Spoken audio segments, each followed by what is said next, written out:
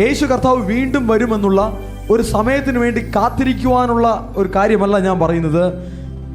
ആ മണവാളനോട് ചേരുക എന്ന് പറഞ്ഞാൽ സഭയുടെ വാഴ്ച ആരംഭിക്കുന്നതിനെയാണ് മണവാളനോട് ചേരുക എന്ന് പറയുന്നത്.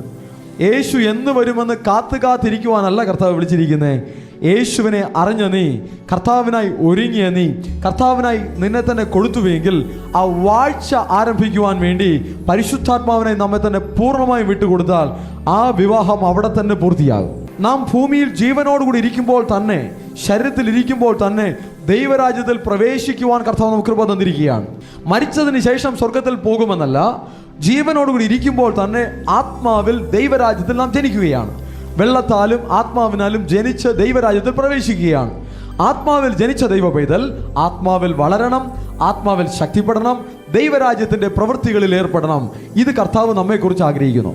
ഈ ഭൂമിയിലായിരിക്കുമ്പോൾ തന്നെ, ശരീരത്തിലായിരിക്കുമ്പോൾ തന്നെ ദൈവരാജ്യത്തിൽ ഇരിപ്പാൻ, പരിശുദ്ധാത്മാവിനാൽ നിയന്ത്രിക്കപ്പെടുവാൻ, കർത്താവിനായി പ്രയോജനപ്പെടുവാൻ കർത്താവ് നമ്മെക്കുറിച്ച് ആഗ്രഹിക്കുന്നു.